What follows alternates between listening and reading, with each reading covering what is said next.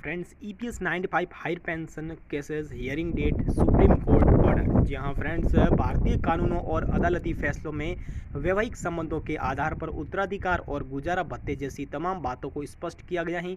लेकिन कोर्ट के सामने ऐसा मामला पहुंचा है जिसमें लिव इन रिलेशनशिप में रहने वाली महिला ने पेंशन की मांग की है। जी हाँ फ्रेंड्स, मद्रास हाईकोर्ट के समक्ष ये सवाल आया है कि क्या किसी व्यक्ति के साथ लिव इन रिलेशनशिप में रहने वाली महिला को उस शख्स की मौत के बाद उससे सेवानिवृत्ति और पेंशन संबंधी लाभ पर कोई अधिकार रखती हैं। इस मामले में दावा करने वाली महिला उस शख्स की पहले गुजर चुकी बीवी की ही बहन है। जी हाँ फ्रेंड्स, मद्रास हाईकोर्ट में ये सवाल उठाया गया है। एकल पीठ ने मामले को फैसले के लिए बड़ी बेंच को भेजने का फैसला किया है। जी हाँ फ्रेंड्स, दरअसल कुंभकोणम में तमिलनाडु विद्युत उत्पादन और वितरण निगम लिमिटेड के कर्मचारी रहे एस कल्यपरम का विवाह सुशीला नाम की महिला से हुआ था।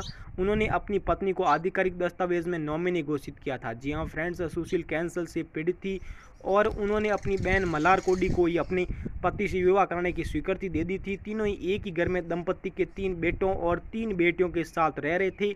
बाद में सुशीला का निधन हो गया और कल्या पेरुमल ने मलार कोडी को 2015 में अपना कानूनी अधिकार बनाने के लिए आवेदन किया। जी हाँ फ्रेंड्स, इसके लिए उसके बेटे और बेटियां सहमत थे। निगम द्वारा नॉमिनी बदले जाने से पहले उसे साल कल्या पेरुमल की मौत हो गई, लेकिन निगम ने कोई फैसला नहीं किया। इसलिए मलार कोडी की ओर से ये रिट याचिका दाखिल की गई।